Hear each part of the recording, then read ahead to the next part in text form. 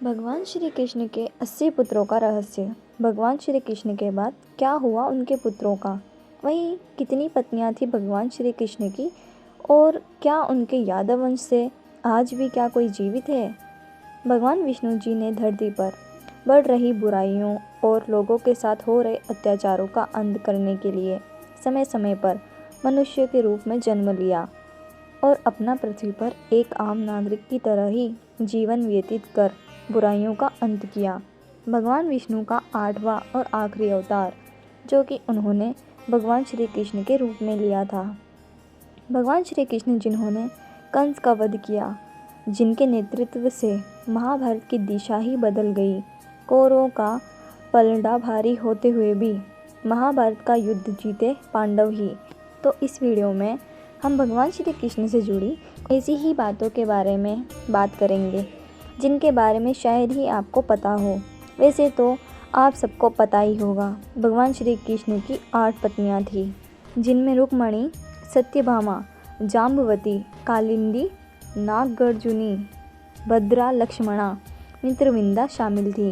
वहीं आपको बता दें कि भगवान श्री कृष्ण को इन 8 पत्नियों से 80 पुत्रों की प्राप्ति हुई थी। लेकिन अब यह सवाल उठता है कि जब भगवान श्री कृष्ण की देह त्यागने के बाद उनके इन पुत्रों का क्या हुआ? तो आपको इस बारे में हम विस्तार से बताते हैं। जैसा कि आप सबको पता है कि महाभारत के समय माता गांधारी ने भगवान श्री कृष्ण को श्राप दिया था। उसी श्राप का नतीजा था कि भगवान श्री कृष्ण के देह त्यागने के बाद उनके पूरे कुल का नाश हो गया।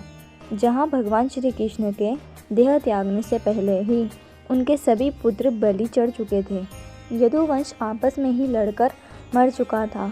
जहाँ एक तरफ स्वयं गांधारी का दिया हुआ श्राप काम कर रहा था, तो वहीं उनकी दूसरी पत्नी जो कि स्वयं जामवंती थी, जिनसे उसे साम नामक पुत्र की प्राप्ति हुई थी, जो कि बहुत अन्यायी था, जिससे कि उनके कुल को एक और श्राप मिला था। आपको बता दें कि महाभारत युद्ध की समाप्ति के बाद जब युधिष्ठिर का राज तिलक हो रहा था, तब कौरवों की माता गांधारी ने महाभारत युद्ध के लिए श्री कृष्ण को दोषी ठहराते हुए श्राप दिया कि जिस प्रकार कौरवों के वंश का नाश हुआ है, ठीक उसी प्रकार यदुवंश का भी नाश होगा।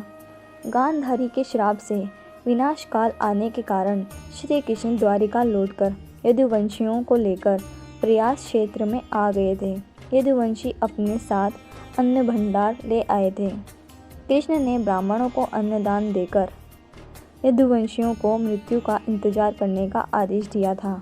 कुछ दिनों बाद महाभारत युद्ध की चर्चा करते हुए सात्यकी और कृतवर्मा ने विवाद हो गया। सात्यकी ने गुस्से में आकर कृतवर्मा का सिर काट दिया।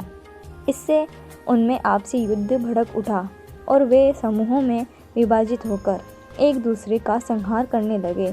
इस लड़ाई में श्री कृष्ण के पुत्र प्रद्युम्न और मित्र सात्यकी समेत सभी यदुवंशी मारे गए।